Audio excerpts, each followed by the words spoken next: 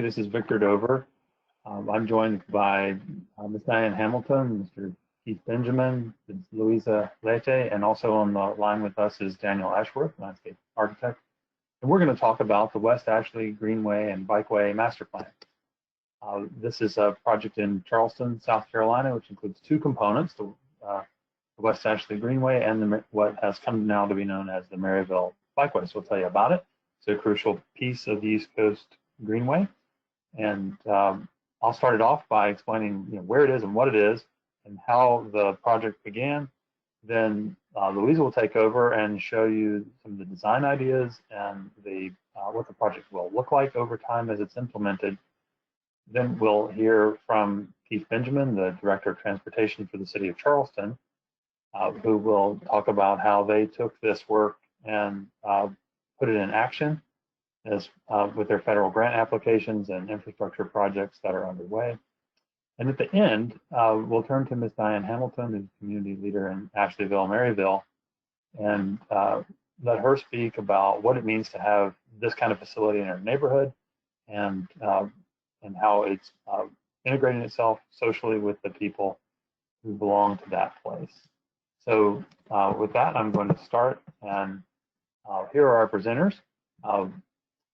I'm in the upper left-hand corner. That's me, Victor Dover. I'm a town planner and urban designer with Dover Cole.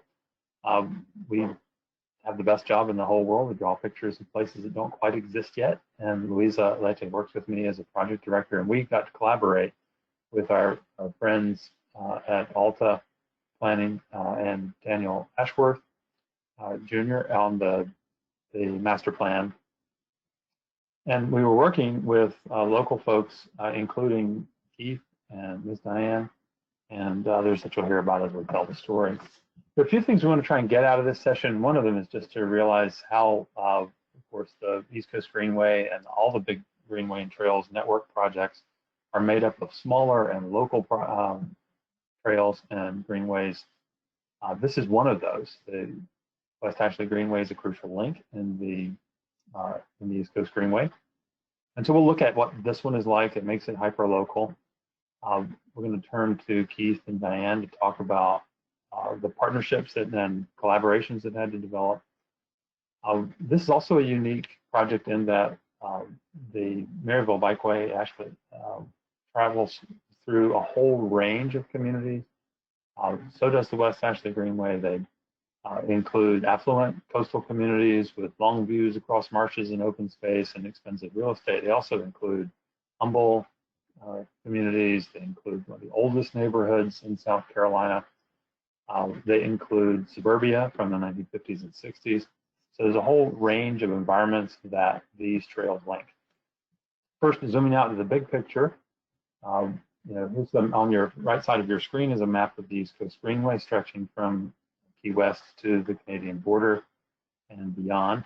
It is really made up of a whole lot of individual segments that are very local. And where you see the red circle is that part of the low country in South Carolina where the East Coast Greenway crucially crosses the Ashley River, or at least will soon, lands on the historic peninsula of Charleston, and then continues on north. There are a few things that we realized right away in this project. Is that daily life swirls all around the West Ashley Greenway, but there are not that many connections to it. There's really no place you can see what this image on the left illustrates. That's another trail in Central Florida, but where the fronts of buildings face the trail.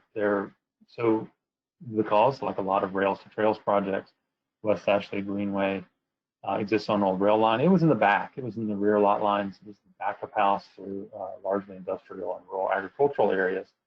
So it's only just now maturing in the way that many rails to trails projects eventually do, where as adjacent properties are developed, the trail, the greenway itself, we thought of as an address, and the fronts of buildings will face it. Now, on the other hand, on the upper right-hand corner of your screen, you can see a photograph of a piece of the actual West Ashley Greenway and recently built buildings near the Ashley River on the eastern end of the Greenway. And in that location, the Greenway goes right next to real estate development. It's faced by the fronts of buildings. It gives us a glimpse of how it might be more integrated with daily life in the same way you see in the lower right-hand corner, Katie Way. We also feel like the West Ashley Greenway has a unique chance to help promote bike tourism. Sometimes when I say to bike enthusiasts or to tourism officials, this phrase, bike tourism, they both do a double take and say, huh, what? Is that a thing? And of course, it is a thing. And in other countries and in other parts of our US, bike tourism is already huge. Our prediction is that once those crucial missing links fall into place in places like the West Ashley Greenway, it will launch right into the top tier of great destinations nationally for bike tourism.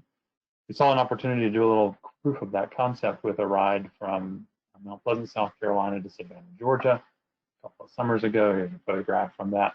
And we rode along both improved and paved portions of the existing West Ashley Greenway, as you can see in the photograph, unimproved sections that are still waiting to be implemented. Now, here's a map. From overhead, you can kind of see there's a lot going on around the West Ashley Greenway. And so that in the very beginning, team worked to document where there were difficulties making connections, places where there were obstacles to free movement on foot or on two wheels, places where there might be something great nearby, a great pizza place or a great grocery store or great housing and workplace opportunities, but getting to those from the Greenway itself was challenging. And so step one, always in the design of a good plan, is observe what are the existing conditions. And again, began to document those here. And here are just a couple of photographs that illustrate challenges. On the West Ashley Greenway, there's a moment when it abruptly seems to come to an end. And if you are looking at it on a map or figuring it out with the help of someone who knows their way around, it will look to you like the whole thing just ended, where it hits a pretty growing road. So we need to clean that up and make it much more legible to people. Louisa will show you some ideas for some of these example intersections momentarily. In the lower right-hand corner of your screen, you see a section of the Maryville Bikeway where it does the same thing. It just seems to abruptly stop. Then there's a busy road, a lot of pavement, and no real marked crossing. That is one of the first places we expect to see change and improvement. Mr. Keith Benjamin's been working on that, so we'll hear from him about those opportunities. At the moment, when we shot this photograph, you could just see people waiting for an opportunity to break into traffic and to dart across and join in on the continuation of the bikeway on the other side. So here are a couple of examples of those challenges. Now, this focus on the West Ashley Greenway and Maryville Bikeway, the latest round of focus on it, obviously people have been working on it for quite some time, came when the new City of Charleston plan for the West Ashley part of town was put into place. We had the chance to work on this plan, and it was a broad-based economic development, placemaking, land use, and transportation plan, driving now implementation on changes in the zoning, changes in the way infrastructure investments are made in the City of Charleston, to try and bring about the West Ashley that the folks on that side of the river really want. And this picture is kind of important. In the foreground, what you're seeing is the edge of the historic peninsula of the old City of Charleston. And in the middle of this picture is the historic communities of Ashleyville and Maryville. That short yellow line is the Maryville Bikeway. And you can see how it starts at the river's edge and goes following the trajectory of an old rail line right across the West Ashley part of town. Now, the other longer yellow line is the West Ashley Greenway. And what's conspicuous about that picture, spoiler alert for what you're going to hear later in our presentation, is that it abruptly ends as it gets close to the river. And that, of course, is a goal for Charlestonians to fix. It's a goal for everyone involved in the East Coast Greenway as well. And, the City of Charleston has a great idea of what to do next to fix exactly that. when people ask me what the most important things about the plan for West Ashley are, I always say the West Ashley Greenway and Bikeway, because these are distinctive elements of the community, already beautiful. They came about through a lot of hard work of people like former Mayor Joe Riley and the citizens in West Ashley, the Charleston Moves advocacy organization, many others worked for a long time to get this to happen. The Charleston Parks Conservancy picked up on this idea, and they looked at the list of things to go out and do, the implementation matrix, we called it. This is the to-do list for implementing the plan for West Ashley. And right there, number 8, right in the beginning, get the design amped up for the West Ashley Greenway and Bikeway. So the Conservancy said, we'll work with the Parks Department, with the city, and the neighbors, and we'll bring consultants, that's our team, to create this new follow-on document, the West Ashley Greenway and Bikeway Master Plan. So Daniel Ashworth led the effort. We began by going out there and documenting carefully the existing conditions.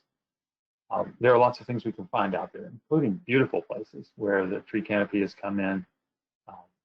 There are shady parts and sun-baked parts of both the Greenway and Bikeway. There are places where the planting is deliberate and formal and effective. There are also places where it looks like just basically the space is reserved for a future great space. So we asked folks in Charleston what they really wanted the Greenway and Bikeway to be. And this was a screenshot from a whiteboard session we did early on in the planning process. And we asked them this question: what do you want it to be? And then one of the things that they said is they wanted it to be more welcoming and safer. So that led us to the prescription for that. To make it more welcoming and safer, we need to give the Greenway and Bikeway users priority at the street crossings. That's a huge piece of this, where today the cars seem to have priority, and users on 2 feet or 2 wheels are meant to wait at all the intersections, stay safely back out of the way of the fast-moving cars, and then dart their way across to the next enjoyable section of the Greenway. And we said the most important thing we can do is fix these crossings so that it feels like pedestrian space the cars are allowed to briefly cross instead of the other way around. The next thing that people said is that they wanted the Greenway and Bikeway to be more beautiful and more inspiring. And this is where the Public Art Master Plan and the Artful Landscape Plan came in. We said the prescription to make it more beautiful and inspiring is to use wise, artful planting and engaging public art, and to take this place people already cherish and make it into one they cherish even more, and make it feel alive, make it feel like a place where you deliberately go, not just for transportation or fitness, but because it's just such an inspiring place to be. You don't want to miss out on it. We did a intensive week-long session in Charleston. In fact, Lisa, that's you in the center of the picture on the left, staring closely at your screen, making some of the images you're going to show in a moment. And we huddled closely together. We got our computers and our drawing boards and lots of tracing paper. We also gathered crowds to ask them questions like, what do you want it to be and what do you see as an improvement? And that led to a big master diagram, which is here. And the thing I think is most important to point out is that prior to the creation of this map, the 2 facilities were referred to together, the West Ashley Greenway and Bikeway, when in fact there are 2 different things. The Greenway is the longer one, the part of the East Coast Greenway. The Bikeway is a spur off of it. As it turned out, in the existing conditions we found, it was interesting that the Bikeway was a much more pleasant place to walk than it was to bike because of the geometry and the design of its crossings. The Greenway was less green than the Bikeway was, but a better place to ride your bike. So we began to realize that to transform it and to upgrade it over time on a gradual basis, we couldn't think of it as all just one thing anymore. We need to realize that they were unique segments. Each segment could have its own design and story to tell that was unique to it and calibrated with the wishes of the adjacent neighborhoods and immediate neighbors.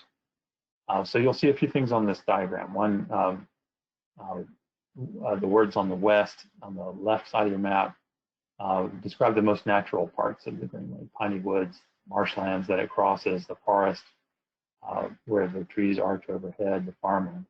And then as you go farther to the east, on the right side of your diagram, the Greenway has more urban stuff. It starts off more suburban, what we call the quiet center.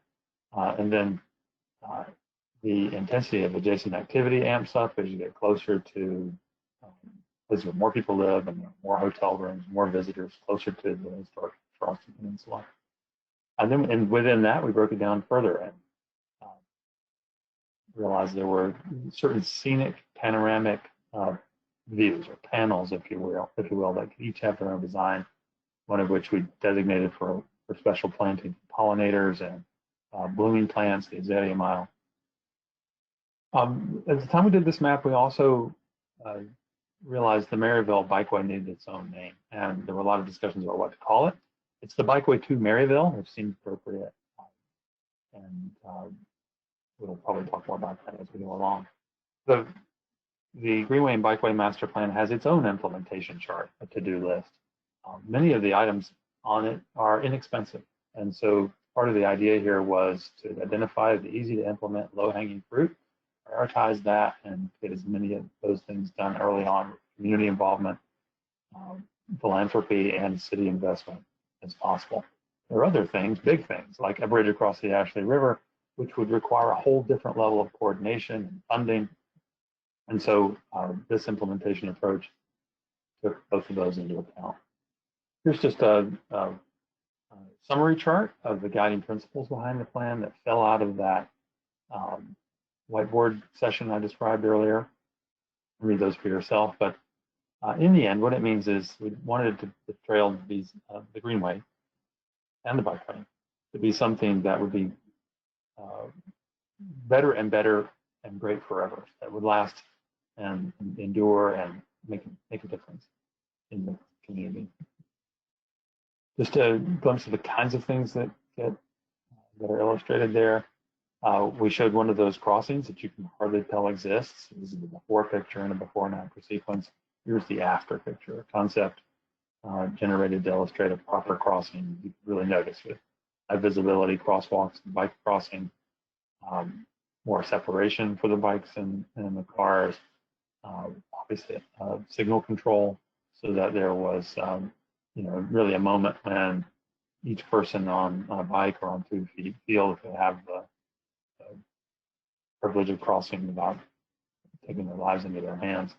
And so we got into some detailed designs about intersections like the one you just saw. Here's a plan view of the details behind that intersection. Louisa, we'll switch over to you here. I think you might want to talk about the design, and I'll jump back in as you see fit. What I'd suggest, Louisa, is I'll stop sharing and let you begin.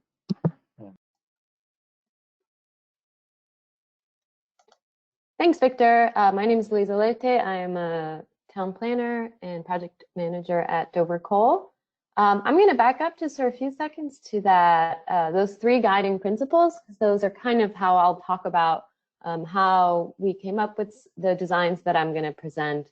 And the goal, going back to what Victor said on what was the priorities from the community, I'll spend more time on 1 and 2, which is safety and connectivity and accessibility along the trail. And then number 2, which goes back to that experience and character and really making it a destination and a place people want to be. We also, of course, took into account sustainability and how much the trail is blending with the natural environment that's already there. So Victor already spoke a bit about the St. Andrews Boulevard Crossway, which is a bikeway crossing, which is one of the kind of priority areas to get the bikeway more connected along that street. It's a pretty dangerous street to cross at the moment. Another priority was the crossing along Folly Road. So this was is a fairly confusing intersection already, and it's kind of one of the gateways or entry points onto the trail for a lot of people. And right now, very difficult to cross it. There's not even any marked crossings. So what we did was envision a very wide crossing for pedestrians, people walking their dogs, cyclists, and also use it as an opportunity to do some public art as well, so that not only to call more attention to people crossing, but also as an opportunity to say, you know, there's something important happening here, and welcome people to come and explore the trail themselves. Here you can see another area where we were trying to connect the bikeway to the greenway more successfully. So right now, this segment that you see on the left hand of the screen doesn't actually exist. So the only major connection point is where you see this yellow circle highlighted on Wapu Road. There's an idea to maybe extend the segment so that it actually directly intersects with the greenway, as you see on that left-hand side of the screen, with a new playground, a restroom building, some storage, and then it would connect up through the Charleston Memorial Park and then to the current end of the bikeway now, which is along Wapu Road. So just to take a look at that intersection on Wapu that's highlighted in yellow a bit more closely, this is another intersection we wanted to improve. Right now, there's no high visibility crosswalks. So here we did some bulb outs. We suggested eliminating some of the slip lanes that currently exist. It's a right turn slip lane on the right-hand side of the intersection that's been eliminated, and instead it has become a refuge island for pedestrians and cyclists crossing. We also wanted to make it more of a more formal entry into the bikeway. You can see there's a kind of a paved plaza in the middle that really welcomes people. So right now, people end the bikeway and they have to cross the highway, at Savannah Highway, and then head down south on Wapu Road to eventually reach the greenway. So this is an example of a typical crossing along some of these along the streets on the greenway. So it's very simple. In some cases, there's no high visibility crosswalks and even no stop signs sometimes. So we looked at different ways to improve those smaller non-signalized street intersections. So this is an example of what a new crossing could be like. On the bottom right-hand corner, you see the existing condition. And then on the top left, you see what we've proposed. So here you can see that there is an elevated and high visibility crossing. So not only are cars required to stop, but there's an actual physical elevation change when they're crossing the greenway. There's also a wider plaza to welcome people on the other side of the road, places to store your bike, to rest and sit down, trash can, just some amenities to make this more practical for a lot more users. Victor already has mentioned that the plan is really contextual and it's been broken down into smaller areas to match, the environment, not only the urban, but the natural environment that exists around that specific portion of the bikeway or the greenway. So I'm going to take you through some of those so you get a sense. So this is really more about the trail experience, so that second design principle I was saying. There are parts of the bikeway and greenway that already offer really wonderful experiences. So this is what we've called the pier section of the plan, where the bikeway ends and it extends on this 2,000-foot causeway and then eventually onto a pier that extends into the Ashley River. And so there's places that are already really successful at providing these unique experiences where the recommendations are more minor. But there are other areas where we think there's a lot of opportunity to really enhance the experience. So this is just off of Folly Road. It's the Windermere Shopping Center, right at the beginning of the Greenway. And right now, a lot of the businesses in that shopping center, it's really back of house that faces onto the trail. And so we wanted to show the possibility of having businesses actually face out and meet the Greenway. So this is an example of a coffee shop that can add a deck and dining out that looks out onto the Greenway. Here's an example of some of the improvements that could happen along the Azalea Mile. So here right now is this existing segment that we are suggesting could become Burnsdown Square.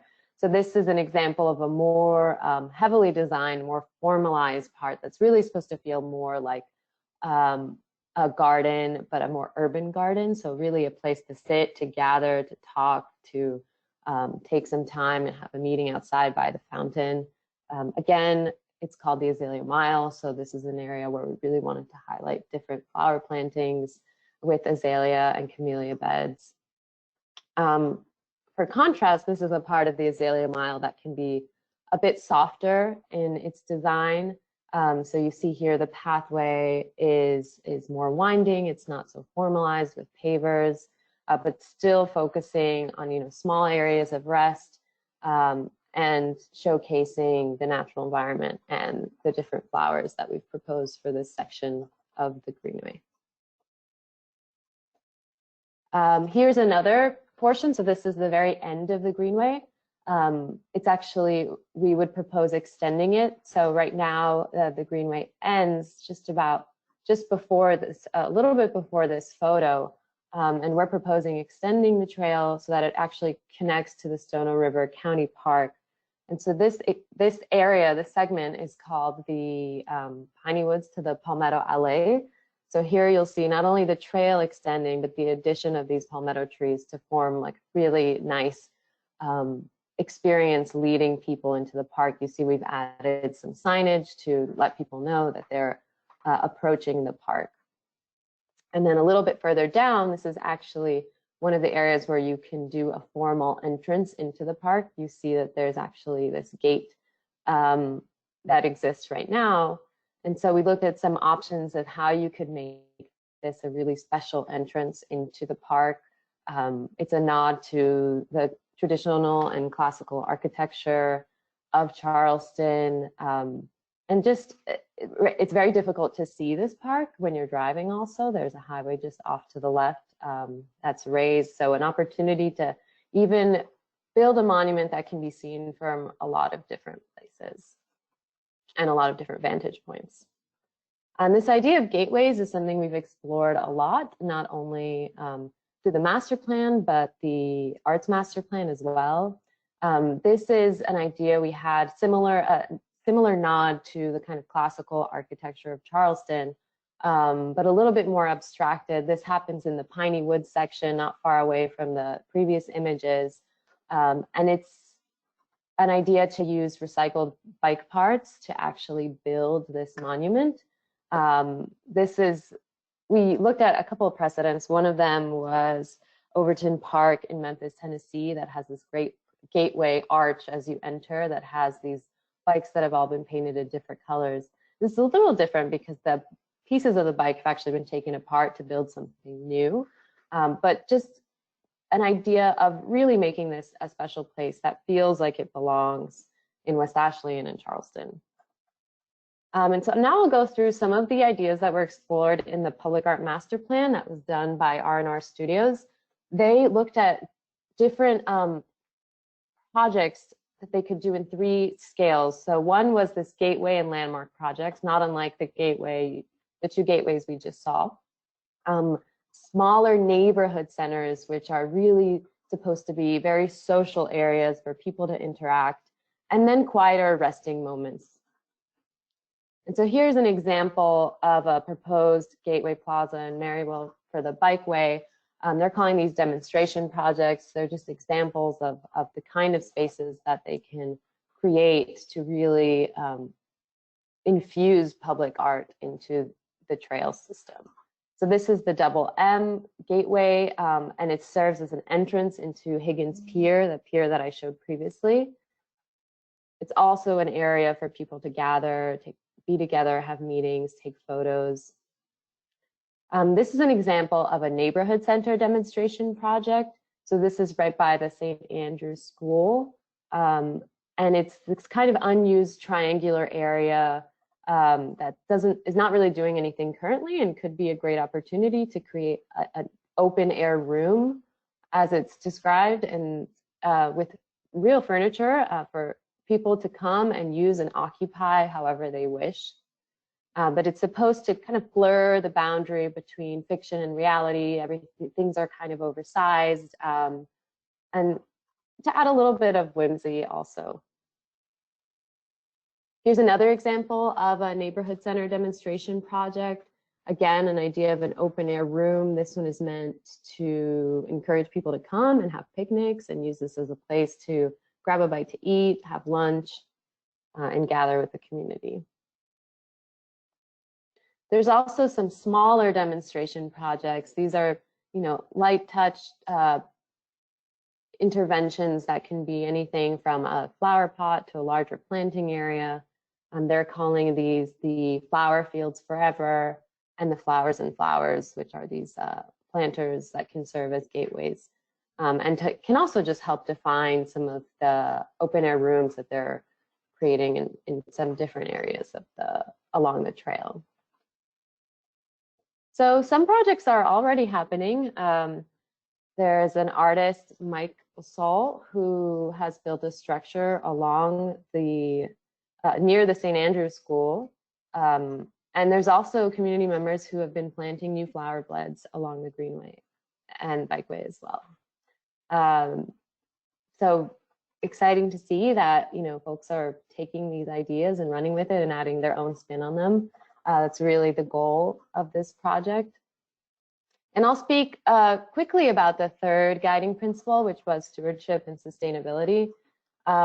As I mentioned, there's areas along both the Greenway and Bikeway that provide really exceptional experiences with nature.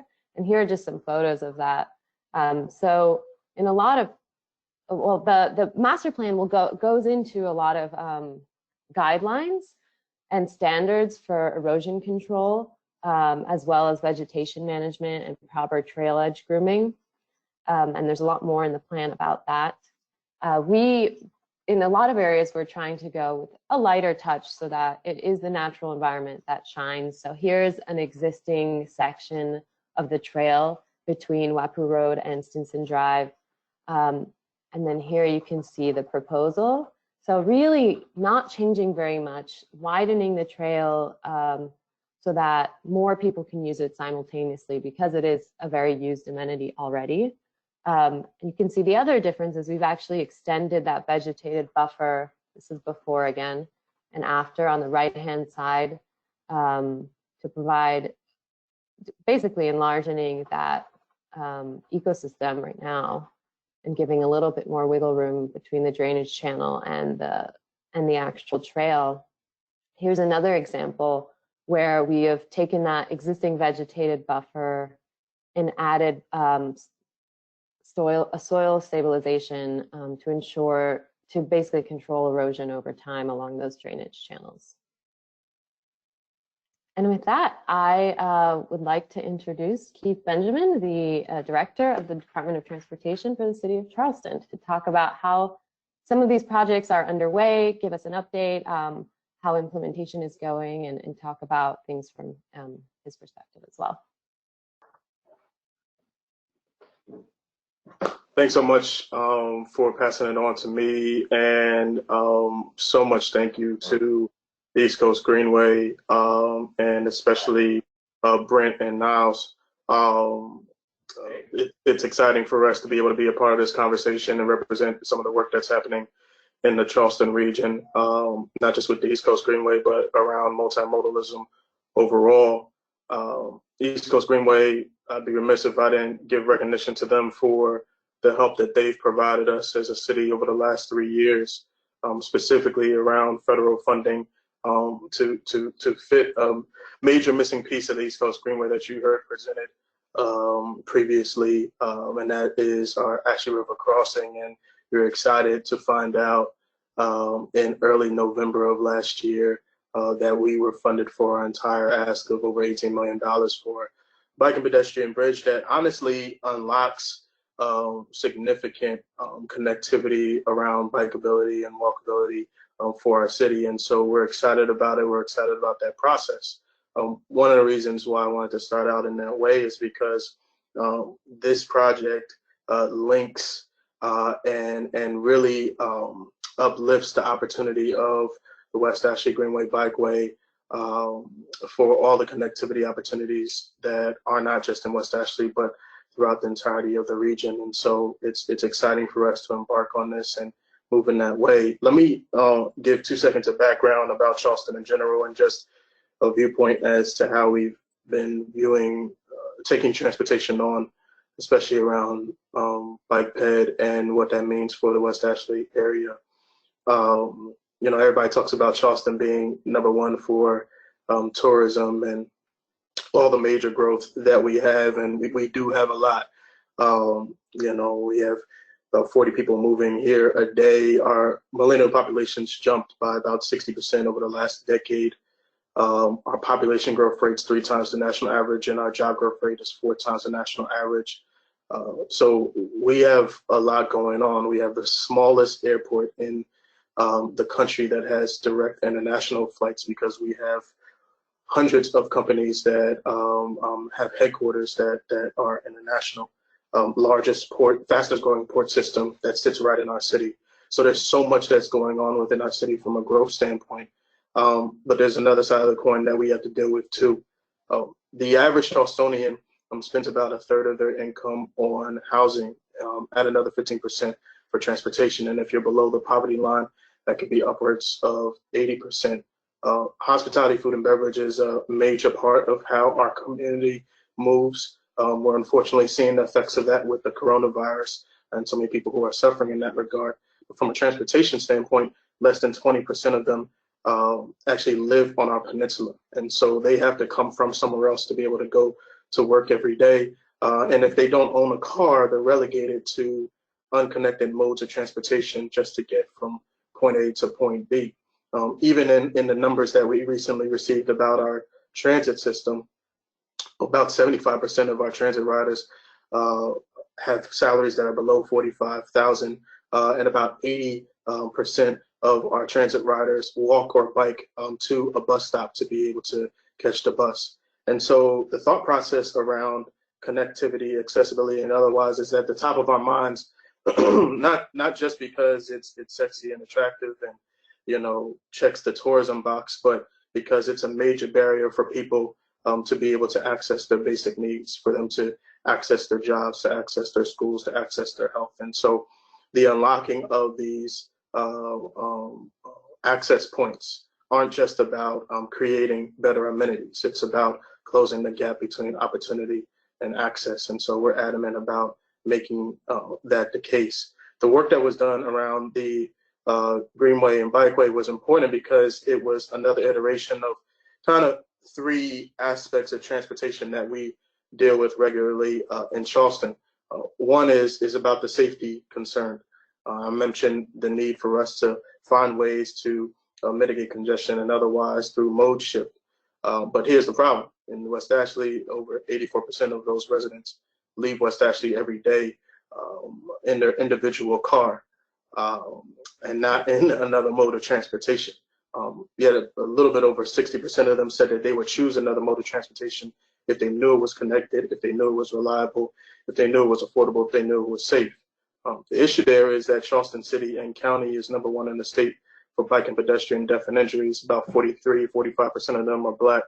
#2 for speed fatalities, and #5 for DUIs.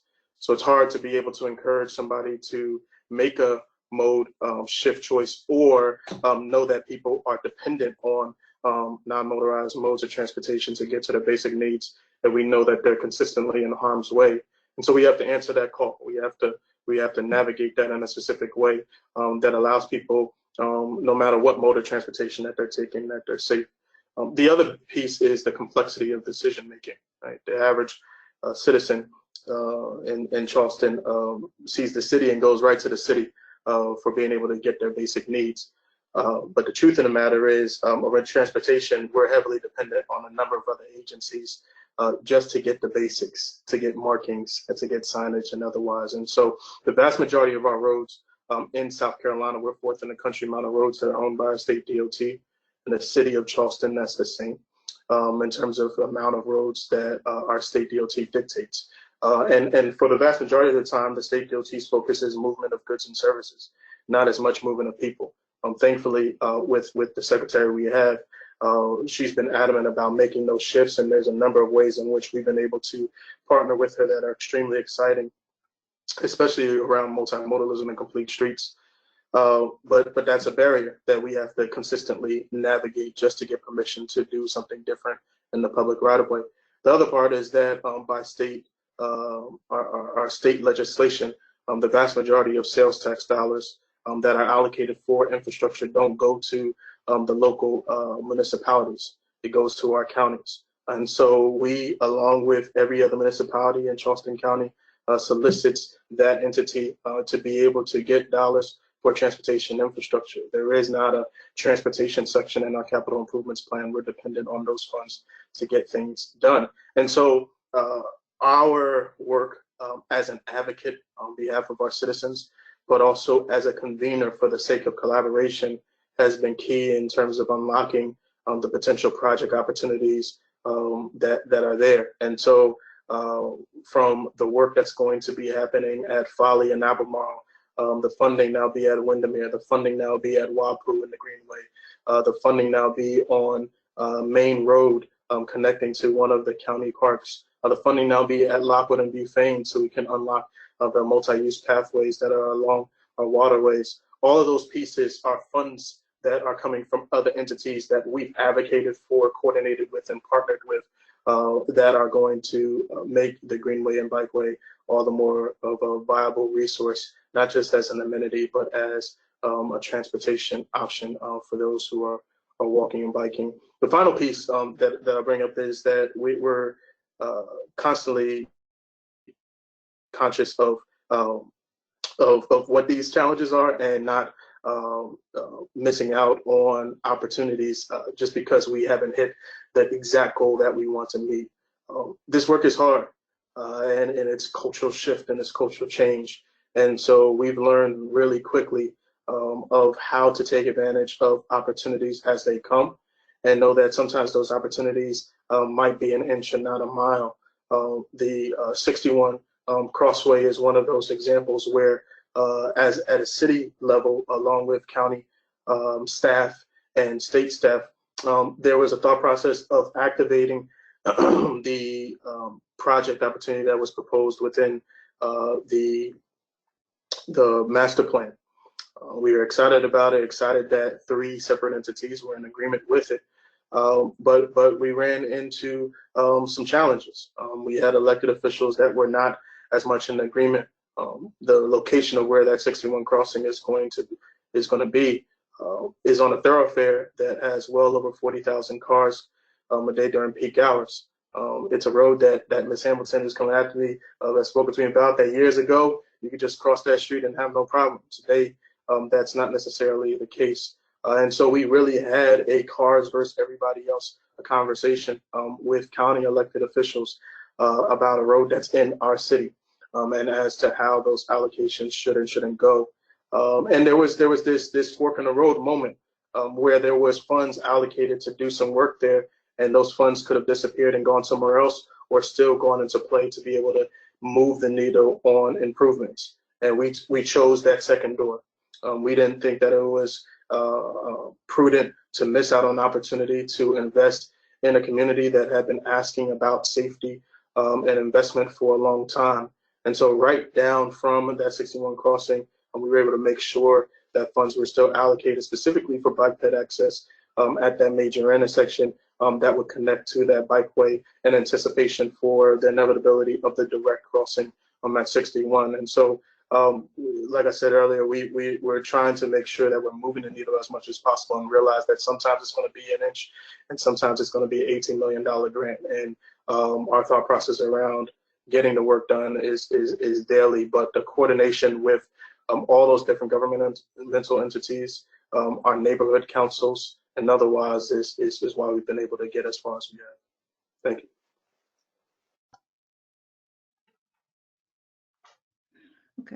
Hello, everyone. First, I'd like to thank the East Coast Greenway for giving my community, through me, this opportunity to participate in this summit.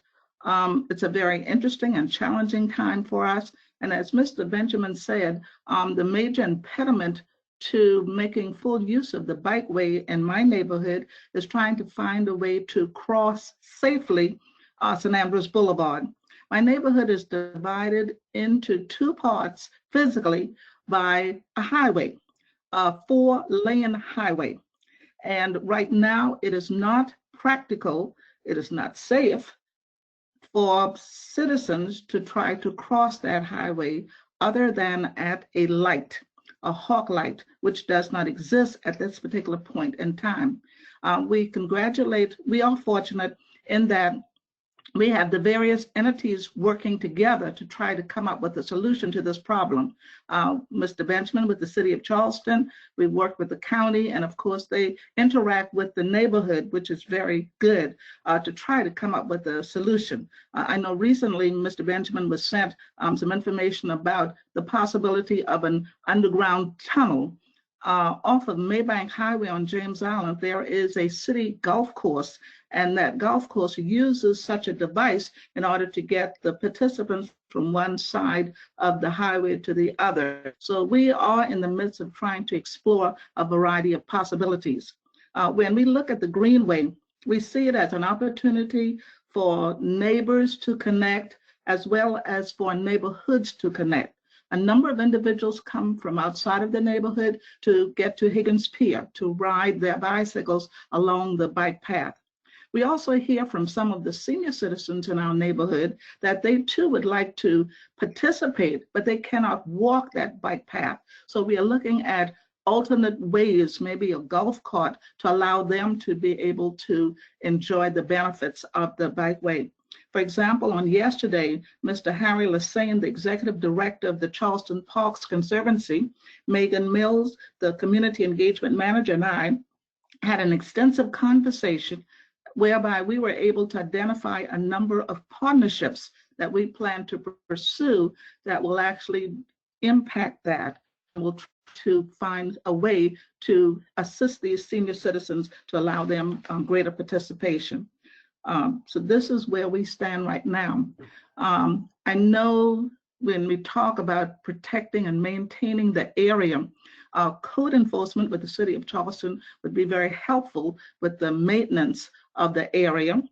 We know that individual citizens are doing their part as well. There's a gentleman who lives off the Greenway who has created a butterfly garden, and this is something that people can enjoy as they move along that area. Signage is a major concern. We need signage. Many people do not know that the bikeway, the Greenway, even exists. Unless you live right on it, you may not be aware of it. So we need to increase signage. We also need to create a message to educate the public about its existence. We see the bikeway as an opportunity to encourage and maintaining a healthy lifestyle, because as citizens walk and bike along the way, this will add to their health, having greater health and what have you. And it's also interesting from a historical viewpoint that this bikeway it's a repurpose. We are good at repurposing things here in South Carolina and in Charleston. The bikeway, as was mentioned earlier, was an old railroad base. And when I was a child, the railroad train actually went across that river, the Ashley River, to this peninsula.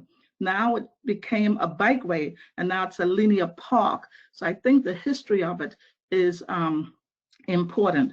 Also, recently we have been in contact with the senior lecturer at Clemson Architect Center, and they are building their students. We saw some wonderful ideas exhibited about a month ago, where they are planning some activities and structures for the Greenway, and hopefully this will also be extended to the bikeway as well. So it's a very exciting time for us, and we will be participating more and encouraging more of our citizens to take advantage of the bikeway. Do you have anything? We just want to thank everybody for joining in and taking a look with us at the West Ashley Greenway and Maryville Bikeway. The four of us are eager to hear your questions since we're in this delayed recording format. Just email, and you can have a question for any one or all of the four of us. And if you email it to me, at vdover@dovercoal.com, that's on your screen now, I'll route it to the others, and we look forward to hearing your thoughts and questions about how this is all going in Charleston. Thank you again for joining us.